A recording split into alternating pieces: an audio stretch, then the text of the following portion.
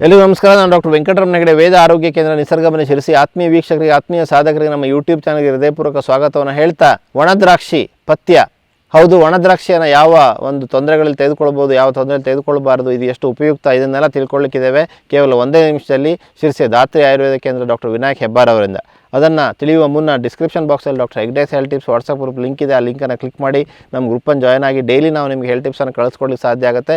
ಅಷ್ಟೇ ಅಲ್ಲ, ನಮ್ಮ ಯೂಟ್ಯೂಬ್ ಚಾನಲ್ನ ಸಬ್ಸ್ಕ್ರೈಬ್ ಮಾಡಿ ಬೆಲ್ ಐಕಾನ್ ಒತ್ತಿ ಅನ್ನುವಂಥ ವಿನಂತಿಯನ್ನು ಮಾಡ್ತಾ ಈ ವಿಡಿಯೋನ ಬೇರೆಯವರಿಗೆ ಶೇರ್ ಮಾಡ್ಕೊಳ್ಳಿ. ಈಗ ನಾವು ತಿಳ್ಕೊಳ್ಳೋಣ ಒಣದ್ರಾಕ್ಷಿಯ ಪಥ್ಯ ಅಪಥ್ಯವನ್ನು. ನಮಸ್ಕಾರ.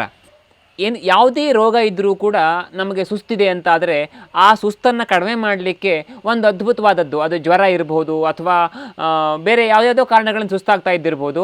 ಅಂಥ ಸಂದರ್ಭದಲ್ಲಿ ಅನುಕೂಲ ಮಾಡಿಕೊಡುವಂಥದ್ದು ಅಂತಂದರೆ ಒಣದ್ರಾಕ್ಷಿ. ಸ್ವಲ್ಪ ಒಣ ದ್ರಾಕ್ಷಿಯನ್ನು, ಒಂದು 10-15 ದ್ರಾಕ್ಷಿಯನ್ನು ರಾತ್ರಿ ನೆನೆಸಿಟ್ಟು ಬೆಳಿಗ್ಗೆ ಸೇವನೆ ಮಾಡೋದ್ರಿಂದ ದೇಹದ ಶಕ್ತಿ ಹೆಚ್ಚಾಗುತ್ತೆ, ಜೊತೆಗೆ ಮಲವಿಸರ್ಜನೆ ಸುಲಭವಾಗಿ ಆಗುತ್ತೆ, ಎಸಿಡಿಟಿ ಕಡಿಮೆ ಆಗುತ್ತೆ, ಮತ್ತು ಬಹುತೇಕ ರೋಗಗಳಲ್ಲಿ ಇದು ಪಥ್ಯವಾಗಿ ಕೆಲಸ ಮಾಡುತ್ತೆ. ಮುಂದಿನ ವಿಡಿಯೋದಲ್ಲಿ ಇನ್ನೊಂದು ವಿಷಯಕ್ಕೆ ಸಿಗ್ತೇನೆ. ಧನ್ಯವಾದ.